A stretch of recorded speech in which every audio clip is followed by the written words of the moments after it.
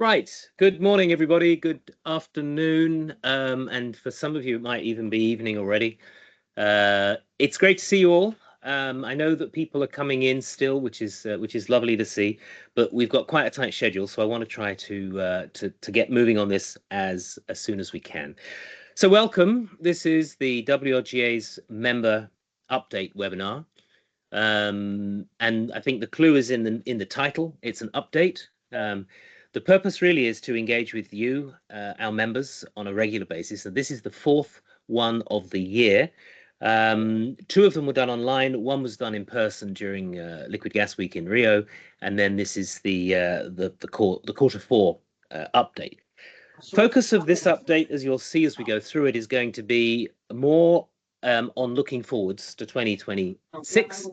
So not so much on what we're doing or what we've been doing this year. Can I also ask you to mute yourself if you're not talking, because background noise when there's a lot of us here is going to be very, very difficult to deal with. Or Audrey, if you can mute people on their behalf if they're not aware. Thanks. Thank you. So it's an update webinar, which means that we will be giving. I'm sorry, I'm going to have to mute this person myself. No, okay. We will be giving you updates, but it doesn't mean that you can't interact with us. But given the number of people, it's going to be hard for everybody to put their hands up and talk. So what I would ask you to do is, if you have a question, put it in the chat box. We will try to get back to you as quickly as we can. If we can't get back to you because of time, we will get back to you later on. What I'd like to do just quickly is show you the agenda for this meeting. As you can see, we're going to split this into our 4 goals. After an introduction and a safety moment, I'll give a quick overview of our new strategic plan. We'll talk about advocacy, we'll talk about communications, we'll talk about SBI, safety and business improvement, and we'll talk about sustainable growth and sustainability, growth and innovation before we close. The second point of the agenda is the antitrust guidelines. I do need to tell you that this meeting, being a WLGA meeting, will be conducted according to our antitrust guidelines. And that means we will not discuss commercial issues, company-specific issues around pricing, volumes, etc. And could I ask you to please mute yourself if you're not contributing to the webinar? Thank you. The meeting is also being recorded, so please note that. But what we'll do is use this recording to put it on our website so that members that couldn't join can see this later. With that, I would like to pass over to Jean-Seb Gerard from Vivo, who will give us our opening safety moment. So, Jean-Seb, over to you. You tell me when to advance the slides. Okay, thank you very much, James. Yes, so I have a few minutes to give you our safety moment. So, just a quick intro on this. At the core safety group, David and my fellow members, we work on sharing corporate best practices and experiences with the purpose to improve safety across the LPG industry. That includes, for example, recent production on destructive driving or institutional kitchens. That also includes, obviously, reviewing incidents or near misses that happen around the world. What can I say? That many companies like Vivo Energy, we do conduct, if you can, someone can mute itself. Like many other companies, Vivo do conduct some incident simulation. So not all incidents are actually real life ones, in order to test our emergency protocols and impose and improve training. So the next slides are basically an illustration of such operation. So the one that I'm going to speak about happened in Burkina Faso, where we run a network of service stations. And this incident basically was designed around a road accident simulation with a bulk truck transporting gas oil, simulating an incident with a motorcycle. The driver was assumed to have lost control, causing the vehicle to tip over and spill the cargo. So This is how things basically happen. The event actually took place on an open road, although we knew that the traffic would be minimal. Obviously, diesel has been replaced by water at that time. And the whole exercise is about testing first responders and emergency services. The time, for example, to get on site, how do they take care of the injured and control traffic, for example. So obviously the first responder is the driver, so he places cones to avoid further collision. Contact his company who dispatch emergency team, emergency services are contacted, and the cargo owners, in this case ourselves, are also contacted. So if you can move on to the next one, basically the emergency services arrive on site. In this case, the police was there within 20 minutes and the firefighting brigade a little bit later. They have extended the perimeter that the driver initially put in place, and the ambulances took care of the injured. Next slide is basically an illustration of some of the things we have to deal with, especially in developing countries, namely locals attending to siphon some fuels or approach the incident. I have to say, in this case, these are colleagues that are playing the role of locals in order to make things real for the police forces. So what have we learned from this? Basically, we obviously test response times. In this specific case, we were slightly better than the year before. Some of the improvements includes, for example, the fact that when the fire brigade arrives, they immediately deployed, although they should have liaised with the police, which was already on site, in order to have the latest assessment of the situation. And we need to make sure that all the relevant government agencies, including the environment and customs, are informed. They were, in this case, informed too late. The driver should not try to protect the product or his truck. He should look after the injured people, and he should not put himself at risk. And in this case, we noticed that some improvements should be made in terms of taking care and disposing of the polluting soil and site cleaning after the incident. So these are, just a quick example of how things are tested and continuously have to be done several times a year in order for all of us to learn more about our processes and how do we improve them. That's it. Thank you, James. Hey, thanks, Jean-Seb. That was a great quick introduction. I'm sure that when it comes to LPG as well, that your company's doing similar kinds of initiatives as well. I'd like now to go into the first point on the agenda following safety, and that's to talk about our 3-year plan. The title of our next 3 years is called Resilience in a Changing World. For those of you who haven't already seen it, because it was presented in Rio, I want to give you a quick overview of how we got to this and where we're going to go with it. Quickly, our association regularly does these 3-year updates, and we do it because we want to make sure that we remain relevant. And that's the principal reason. The world is changing quite fast, and we need to change with it. And not just change with it, we need to make sure that we're leading the industry when it comes to the activities that we need to do to influence our external environment. And the outcome of this review process is to basically reflect on our vision, our mission, our goals, and our objectives. And with that, we then put together a costed plan of activities for the coming 3 years. The first thing I want to say, and I'll start at the end, is what does success look like for us in 2028 at the end of this 3-year period? And this is what we asked all of our members and around 60 or so people that we went into deep discussion with interviews. Our industry and our members want us to be the authoritative voice in energy and climate discussions for our industry. That was the biggest thing. They want us to better engage with our members and collaborate more deeply. I think we take this to heart. External engagement needs to be, I would say it needs to be improved, but it's certainly one of the key success factors. And of course, growing our membership and growing the resources that we've got in order to be able to serve you. We asked our members, looking back, how satisfied are you with the value that you've got? And it's important to focus on the word value, because you pay for this. We want to make sure that you get a return on that investment. And generally speaking, over the last 4 reviews, it's all been rather positive, I would say. So we take this as a very good sign that we're doing the right thing. When we asked what are the top 3 functions that we should do, which are essential for the long-term success of the industry, what I want to show with this graph is advocacy, best practices, innovation, and safety.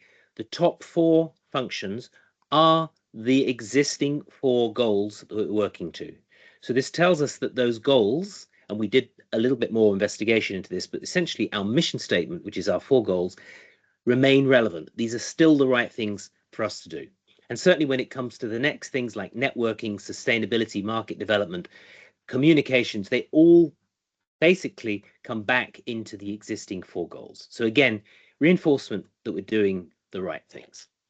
It's a complicated slide, and I'm not going to go into it in detail, but we asked, what are the major opportunities and what are the major threats in the next 3 years? And interestingly, although we see a little bit less focus, decarbonization still, it just is the biggest opportunity, but it's very, very close with end-use applications. And this is a little bit different to what we've seen in the past, where decarbonization was very high compared to everything else. When we look at end-use applications, interestingly, power generation came up very high alongside autogas.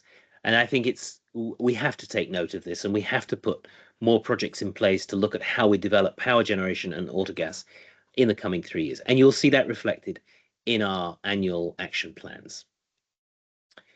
When you look at threats, I don't think it's a surprise that regulations and policies are seen as the biggest threat, and that's always the case. We live and die by the policy environment that we operate in around the world, and it means different things to different people. It could be enforcement of safety and the branded cylinder recirculation model in one country. It could be the risk of low carbon policies coming in, which can ban us eventually at some point in the future. And then you put renewables, electrification together with this, that's also a little bit part of the same story. So not a lot of change on the threats. Coming back to our existing mission for this strategic review, this strategic period, sorry, when we asked, do you agree with the mission, you can see for each of the 4 goals a very strong agreement on each of them. And essentially what we've done as we look forward is we've kept our vision. Our vision remains to promote the use of LPG worldwide to foster a safer, healthier, cleaner, and more prosperous world.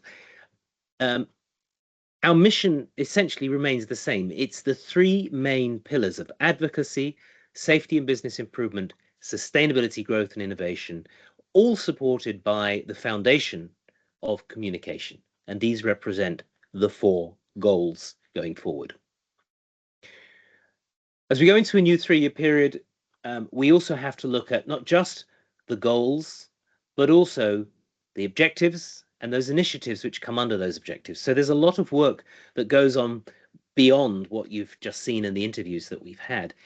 Earlier this year, we had a working session with our industry council to try to prioritize all of the initiatives, the objectives and the initiatives that we want to do in the coming 3 years. That's been done. It's been integrated into the final plan. And that final plan also enables us to come up with an action plan for each year. And you're going to see more details of this as we go through it, this presentation or this webinar, goal by goal. We also have 4 new goal chairs for the coming period. It's important that we do have some change as we go through so that we get fresh ideas. But of course, it doesn't mean that we're not extremely grateful for the 4 outgoing goal chairs. For advocacy, we have Meli Poiraz, the CEO of IGAZ. For safety and business improvement, we have Rashid Majad, the CEO of National Gas Company in Oman. For sustainability, growth and innovation, we have Warren Patterson from Worthington Industries. And for communications, we have Tamsin Donaldson from Petrodec. And we're really happy with those 4 goal chairs, very powerful figures in their own right. And we're looking forward to working with them to help us realize this strategic plan. I want to mention one thing which is new, which you may not have heard of, and it's something that we're developing right now, is something called the WLGA Leadership Partner. And we have approached select companies, really who we believe are true leaders in the sector globally, and are going to help us, if you like, move the needle on the LPG businesses across the world in the coming 3 years. We think the opportunity to do it is now, and with a little bit extra support, we certainly believe we can have an impact. So we're very much looking forward to working with these leadership partners across the world. Leadership partners will get tangible benefits for their partnership, but they will also contribute to things like thought leadership, networking influence, and they will also get a lot of promotion and recognition. You'll hear more about leadership partners for sure as we go through 2026. The last thing I want to say is this report, Resilience in a Changing World, is available right now on the members' website. It gives you a full analysis of us, our strengths and weaknesses and the gaps. It'll give you market insights, much more detail onto what we believe the opportunities and threats are. It talks about how we can be more effective, how we can engage more with the market. And finally, it will look at the 3-year objectives and the funding requirements to meet those objectives. So please, if you haven't looked at it, take a look at it, because this is the roadmap for the association for the next 3 years. And it's where you will be able to further engage with us. So I will leave it there. I know it was very fast, but I hope it gives you a little bit of a snapshot into the way we think going forward. Any questions, I'm very happy to answer them. Put them in the chat box and I'll come back to you later or via email. And with that, I would like to pass over to Michael. I will stop sharing. And Michael, I will let you move forward with advocacy. Thank you, James. You stop sharing, yeah, and I will share my screen. There we go. Oops. Okay. Well, thank you, James. Thank you for that great introduction and giving us an overview of the strategic review and how we're trying to position and move forward in 4 different areas for the next 3 years. So today, I'm also going to talk about our forward posture in terms of advocacy going for the next 3 years. And I'll go through the different objectives that we have, and then talk about some of the actions that we are contemplating putting into the action plan this year. And then we'll hear from our new chair, Meli Porras from IGAS, who's joining us, who's also going to invite you all to join us in Istanbul in October for Liquid Gas Week, which promises to be a huge event. I'd also like to just say a word of thank you to Esther Buscher, who's been the chair since 2019, so 6 very long years, and she's helped move us forward in terms of advocacy and position the industry in a way that we haven't in the past. And I think the success we've had, particularly on things like clean cooking, are due partially to the work that she's done and to her perspective and the way she's managed the advocacy section. So thank you, Esther. As James said, this review showed that our members support an evolution to what we're doing, not a complete revolution, which means that we've been fairly successful and we'll keep moving forward in the same kind of direction and focus on the things that are most important in terms of advocacy and messaging and positioning our industry. So that's the advocacy, which is a vital function, influencing regulations and policies. That means a massive job for the World Liquid Gas Association, both in the developed and developing world, ensuring that we have the right engagement with the right stakeholders at the right time is a priority and a challenge, but that's something that we've been very successful with over the last 3 years, particularly with certain key stakeholders like the IEA. And then member engagement, obviously the way we engage with you, the way we share the knowledge that we have with you, and the way we ensure that there's cross-pollination between members around the world is also extremely important in terms of that advocacy. So the mission statement, if you will, for advocacy is to advocate for liquid gas, that's LPG and renewable liquid gas, as part of a future energy mix, and to ensure that liquid gas is recognized around the world as reliable, future ready, just, and resilient. All of these are important words in discussions with key stakeholders, and depending on who we're talking to, we'll emphasize different elements of that messaging. So the first objective is to strengthen global advocacy with maintaining key stakeholders, our interactions with those key stakeholders, and making sure that we are, and our industry is well represented at various different events around the world. I think a great example of that is what's going on right now in Belém, in Brazil with COP30. We don't know what the outcomes are going to be, but the WLGA continues to represent your industry in those kind of events. And the first project we're going to continue doing, and this is something that has long been sort of the bread and butter of the World Liquid Gas Association, is the stakeholder outreach. So ensuring that we're targeting the right stakeholders, as I said before, at the right time, and having meaningful interaction with them, and educating them on the industry, the needs of the industry, and the benefits that the industry can provide, and where it fits in the energy mix. And this is something that we will continue going forward, targeting a number of these different stakeholders and more that you see here. And then, as I mentioned, COP, the climate change negotiations, which are these huge, massive meetings that take place around the world. This year's Belém. Last year was in Baku. Next year, it's either going to be in Turkey or in Australia. We don't know.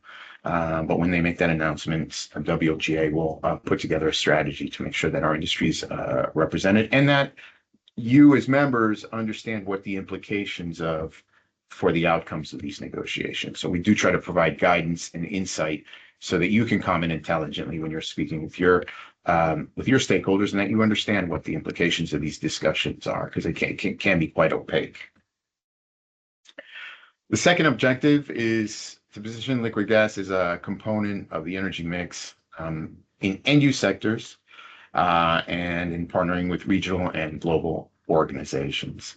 So we want to make sure that our stakeholders and those outside the industry understand what range of applications are available in terms of liquid gas and what their possibilities are. James earlier mentioned power generation. We're seeing a lot of traction taking hold with that. And the first is talking about end-use markets, so advocating for liquid gas in end-use segments, and there'll be a strong focus here on renewable liquid gas and all the potential there is with renewable liquid gas. WLGA will continue to promote RLG as a potential fuel that can be used as a drop-in and ensures that our industry has a path forward to a lower carbon economy. And I'm just going to ask Cinch Munson, whose smiling face you can see on this slide, to jump in, because Cinch is going to be managing this. Is there anything you wanted to add on this, Cinch? Yeah, Michael. So I think you did a great job looking at kind of what the scope of this is. Obviously, Advocacy 1 is really a lot about the high-level advocacy with international organizations and advocating for the industry and the fuel. And here we take it and get a little more, perhaps a little more targeted, and for certainly more applied. So James he mentioned earlier all about opportunities. I think Advocacy 2 is really about taking advantage of those opportunities, highlighting those opportunities, making sure that those in our industry are A, aware of the opportunities, but B, that those in the markets are aware of how valuable LPG is and the potential of RLG to meet needs regardless of the market. And so within applications, a big part of this is engaging with OEMs, and then campaigns to let people know about opportunities to use LPG, RLG equipment across different applications: on-road, off-road, residential, commercial. Power gen is one we're really going to focus. A key aspect of this this goal this year is going to be pulling together a new working group that is entirely about applications. We really need to engage with OEMs more, and then continuing the work of the power gen working group and continuing to put a spotlight on the opportunities in power generation, because the world needs more electricity, and we as an industry can meet those needs with LPG. And then if we move into Advocacy 3, This year, we're going to put a spotlight on autogas. The slide James showed that autogas continues to be a high priority for our members. And then as we roll into Turkey, one of the best autogas markets in the world, Autogas Day is going to be highlight. We'll go back to having an Autogas Village in the exposition. We're planning to have a full Autogas Day session and really put a spotlight on how autogas meets the transportation needs, and the fact that there's still many opportunities in hard to decarbonize markets and across every market to use LPG and on-road applications. So yeah, Advocacy 2 is really all about practical uses of LPG. If you don't have applications, we're not using LPG, and I would argue if you don't have LPG, you're not making the best use of your application. So that's what this is all about. Thanks, Sitch. Thanks for laying that out so clearly. And that's the area that we'll be focusing on. Just to reiterate this message on autogas, project on autogas, we want to leverage the fact that we'll be in Istanbul and the learnings that Turkey can provide to other markets as they try and roll out their autogas markets. We think it's an important message. The third objective is focused on emerging economies. So this is where we're going to have a lot of the work that we do around clean cooking. This has been an area that's really taken off over the last few years, particularly when we focus on clean cooking in sub-Saharan Africa. And that was kind of ignited and catalyzed by the IEA Summit on Clean Cooking, which took place last year and which they're looking to replicate next year somewhere in Africa. They're working on that at the moment. And we're talking to them about the potential for us cooperating with them in that area. I should also mention that we have confirmed the participation of Fatih Birol in the Liquid Gas Week in Istanbul. And this offers an opportunity for us to maybe bring an element of clean cooking, have a side meeting, have a focus on clean cooking also in Istanbul. So watch this space. And we hope to make this more larger and leverage its presence to focus on the clean cooking area. Beyond that, the projects that we're working on are things like supporting conversions of schools and other institutional buildings from cooking on biomass to cooking on LPG, which there's a big push across many developing countries to do this. And then carbon financing, which is something that has always been promising and always been in the future for our industry. But we think that we may have actually turned a corner and that these carbon financing may become a reality and offer a revenue stream for our industry in clean cooking projects as they're moving people away from cooking on biomass and other traditional fuels. The second area that we're going to focus on in the developing world is beyond cooking. So how do we leverage new projects or new applications? Once you establish a cooking market or start to establish a cooking market, are there other applications such as water pumps, agricultural applications, a kiln? And I show a photo of a kiln, and David Tyler told me to say that this could be done better if they used a reticulated system, so it's not 100% up to safety snuff. But we think that there's an opportunity in many countries. We're starting to see this, particularly in India, that reached a level of penetration that was extremely high in terms of cooking. And now they're starting to explore the possibility of growing other applications. And we want to support our members in those countries as they go through that process and provide learnings from other markets that have made that shift successfully. The fourth objective has to do with associations. And this came out of the work that we've done yearly over the last 5 years with the President's Platform, which has been a very successful initiative at getting feedback from our association members on the challenges and opportunities they're facing and the trends that they're facing, and creating support in terms of projects and services needed to address those challenges and opportunities in their markets, and seeing what the trends are at a granular level around the world and how we can incorporate that into our annual action plans. So we'll continue doing that, meeting with our national association, supporting them in the work that they do and ensuring that we understand what's happening in those markets and understand what the implications are for the global market, and be able to share the learnings from those markets and other markets that are going through similar challenges. And with that, I'd like to remind you that on the 11th of March, we'll be holding an innovation summit in Tokyo. We hold these annually now. They move around the world, in Japan, in North America, and then in Europe. And it's a great way to find out new technology evolution that has taken place in our industry. And I'd also like to remind everyone, and you're going to hear more about this later, about Liquid Gas Week in Istanbul. We think this may be the biggest event we've ever held, which should make it one of the biggest events ever held in the liquid gas industry. And that's a great lead in to introduce the new chair of the advocacy section. Meli Poraz from iGaz has agreed to chair advocacy, which is great. And Meli, let me turn the floor over to you, and you can share a few words with the group.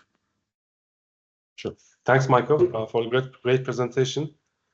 First of all, I'm really happy to lead advocacy for WLGA as the industry is passing through very crucial times. Well, obviously, I live in Turkey, and Turkey being in between Europe and Asia, and especially for the last decade, and for the last, after COVID, the things have been changing very fast in the industry. So I think we are in a location where we observe every change. So I also would like to thank Esther Buscher, who has been chair of advocacy for the last 6 years. She did a great job. By the way, when she was in Istanbul, we had a dinner. I thanked her personally. I also actually told her that she should keep on helping us. We really need everyone's help, especially Esther's. I again would like to thank her on your behalf and on my behalf. I believe that she will be helping us. And so when I look at the, as Michael has mentioned, Fatih Birol accepted to be a keynote speaker on the event which will held next year, October, next of October. So when I was talking with him, it was actually great to see that he's very supportive of LPG. So he has mentioned that LPG, when he said that when you look at the actually the commodities within the energy, he sees LPG as the like the best positioned and the most growing commodity in the industry. So he's supporting especially clean cooking. As you know, still 1 in 4 people use things like charcoal, kerosene, and actually 3,000 people. Many people, especially women, are really badly affected by using things other than LPG. And as iGaz, we are operating in Bangladesh. When I visit towns, when I visit actually, the smaller cities of the country, I see that by being in that market, we change the lives of people. So I think WLGA is really well positioned to do that. So as an industry, we hold a very important role in changing lives of people. So next year, in the event, also with the help of Fatih Birol and you, we will actually go through this topic in a very detailed fashion. And I believe that the advocacy and the WLGA in general will really help to have this goal a reality. The other thing, actually, Michael and Kinches have mentioned is autogas, and especially in countries like India, Bangladesh, CNG is used widely in the cars or tuk-tuks, which is not very efficient actually. With the use of LPG, you could have 50%, 60% more mileage on it, and especially where the stations are in scarcity, I think use of LPG would increase the efficiency of the time people are devoting into transportation. So LPG and especially WLGA is very well located in doing this. The other thing, nowadays, I mean, like, I think we feel like as also in the, things are very cyclical. 5 years ago, we were all talking about sustainability. We were all talking about decarbonization. Now it seems like we don't talk that much. But don't forget, we need to decarbonize, and it's gonna come back again. So we should be ready for the very near future. So we shouldn't really lose the sight in terms of like the renewable LPG, and we should keep on actually exploring new ways to decarbonize. And I believe that again, us are with the help of WLGA are very well positioned in doing that. So I would like to thank everyone for listening, and I would be very happy to see you all in Istanbul next year, which, as Michael has mentioned, will be one of the biggest events. So I look forward to being in that. So thank you, Michael, James, and Kinch, for giving the opportunity to convey my thinking into it. Thank you. Thank you so much, Melih, and welcome aboard as chair of the advocacy session.